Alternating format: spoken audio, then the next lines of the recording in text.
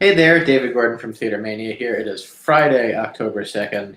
I'm here with Jacob Brant, the creator of 1969, The Second Man, a musical from 2018 that ran a next door at New York Theater Workshop and is now available as a concept album. Jacob, you wrote the score for this show. Yes, hi. Thank you for having me. Thank you for coming. Tell me about how you and book writer Dan Giles came up with this idea. Yeah, so I became interested in Buzz Aldrin when I was, I think kind of a teenager. I found him such a fascinating historical figure because, we learn a lot about the moon landing throughout, elementary, middle, high school. And you really hear a lot about Neil Armstrong and that lunar mission, but you don't hear so much about Buzz Aldrin, who was as integral to that mission as Neil Armstrong. Right. So I became really fascinated with the idea of why that was. And in about 2013, I started having this idea for a kind of like folk concert concept album show about Buzz Aldrin and his experience with the moon landing. And so we did a few different versions of like small workshops, and Dan Giles came on to the project in about a year or so later. And from there, we kind of just worked together. Many of the songs were written, but there were still some to be written. And we worked together on figuring out the best way to kind of tell that story in an exciting theatrical setting that included musicians and kind of using the music as one of the main storytelling features. Yeah. That's really cool. Thank you. Tell us, for those who aren't familiar with the show, like, what is the show itself about? So the show kind of follows the moon landing sort of through Buzz Aldrin's perspective and a little bit after the moon landing, but it's performed by a band of actor musicians. And it sort of jumps in and out of kind of storytelling versus like scenes. The band doesn't really play characters, but they step into the historical narrative of the story. So it's sort of like a really fun, warm concert that is a narrative that tells that story. Did you always intend for this to be a theater piece, or was this like come to you as an album first and then?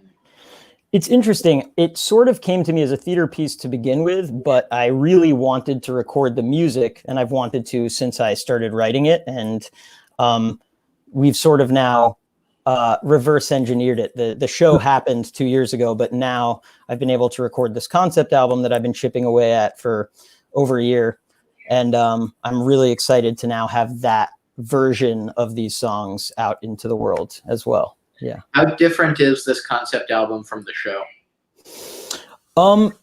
There are some differences in that there are a few cut songs and there's some rearranging of songs, and some of the instrumentation is different, but largely the songs, the DNA of the songs are the same. They're just, when we set out to create this album, we set out to create sort of, a studio folk album. So we leaned into the album side of things and the music side of things rather than the show side of things for this particular release. Did you have to like go to Buzz Aldrin's family and say, hey, I'm writing a musical?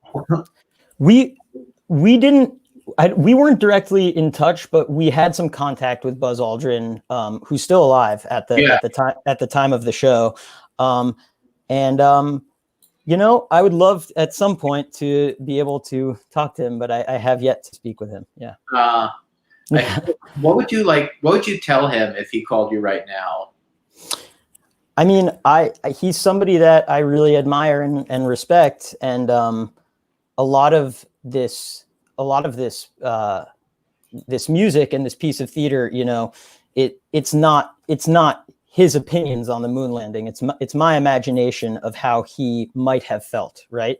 Mm-hmm. Because I think that there's sort of this universal feeling of being overlooked or feeling lonely, even when things around you seem to be going great. And that was something that I was particularly interested in the show. And so I'm not sure, truly how he feels about the moon landing, but I'd be really interested to speak with him, because I've thought a lot about how that experience might have felt, Are you a space geek? Like, do you love that, like NASA and stuff? I do now. Honestly, I started this project being more interested in Buzz Aldrin himself than space. And now that I've done this project, I'm more and more interested in space. So it was kind of a fun roundabout way of becoming a space geek. Really cool.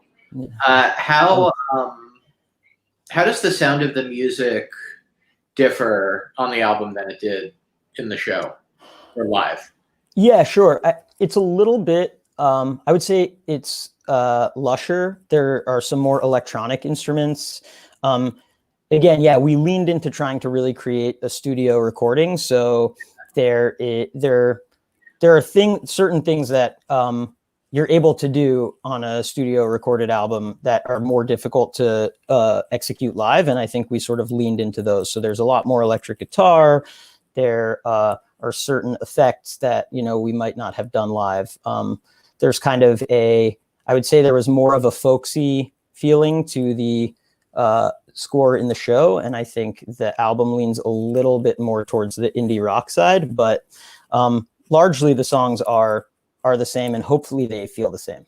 Yeah, I was going to say, I would imagine it's hard to do a rock show in that space. It was small, but we worked with some incredible people who did our sound at 5 Ohm Sound, and they made that really small room sound beautiful. So it was impressive. They did such a great job. Yeah, it was a really cool space for that show. Yeah, it was so fun to do that in a really intimate setting. It felt like every night there was a real energy between the band and the audience, and it just felt like a really warm setting for that show. Yeah. Was this album recorded over the quarantine period, or did you do this before? We finished it up during this time, but most of it was recorded just before. So yeah, we were able to finish it and not worry about having to get into the studio in this strange time. I would imagine recording music over Zoom is completely impossible. Yeah, it definitely presents its own set of difficulties for sure. What do you want people to take away from listening to this album now? Like, what are your hopes for people to get out of it? That's a great question. I think, that I wrote about half of these songs in 2013 and about half of them in 2015, 16. And a lot in my life has changed, and a lot in the world has changed since I started writing these songs. And something that I've just been thinking about a lot during this specific time is this idea of, feeling lonely inside of a collective experience, which I think is something that many people are feeling right now. And the meaning of the music in some ways has changed for me over time. And so I guess when I listen to this music now, I'm hearing a lot of those threads, but I guess my hope is that people just enjoy the music and they take what they'd like to take out of it. But that's kind of what I'm taking out of it right now. Jacob, thank you so much. And I understand you have a song that you're going to perform for us right now. Yes, amazing. Let me just get a little... I will let you all send us into our weekend with that. Oh, thank you. Thank you. Of course. All right. This song is called Moon Facts and Fictions.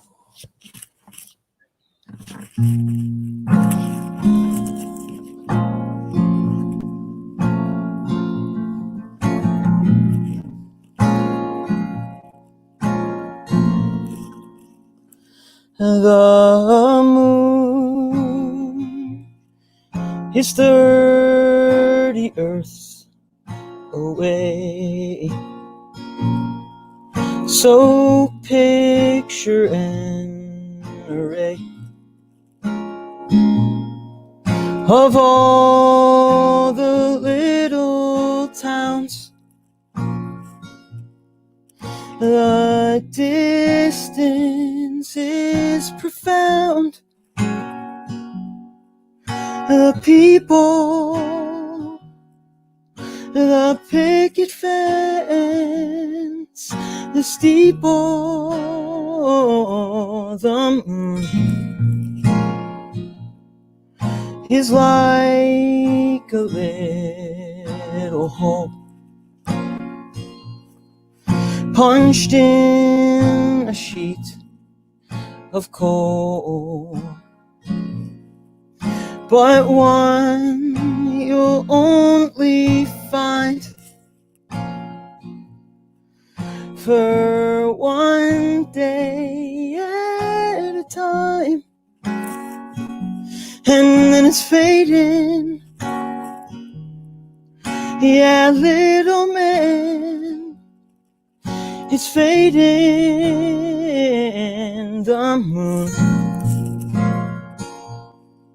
la da da da da,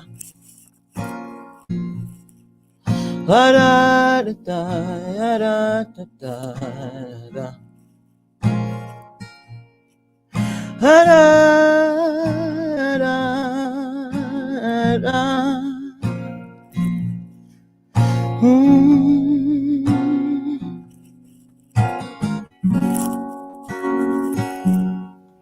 You're fading, yeah, little man.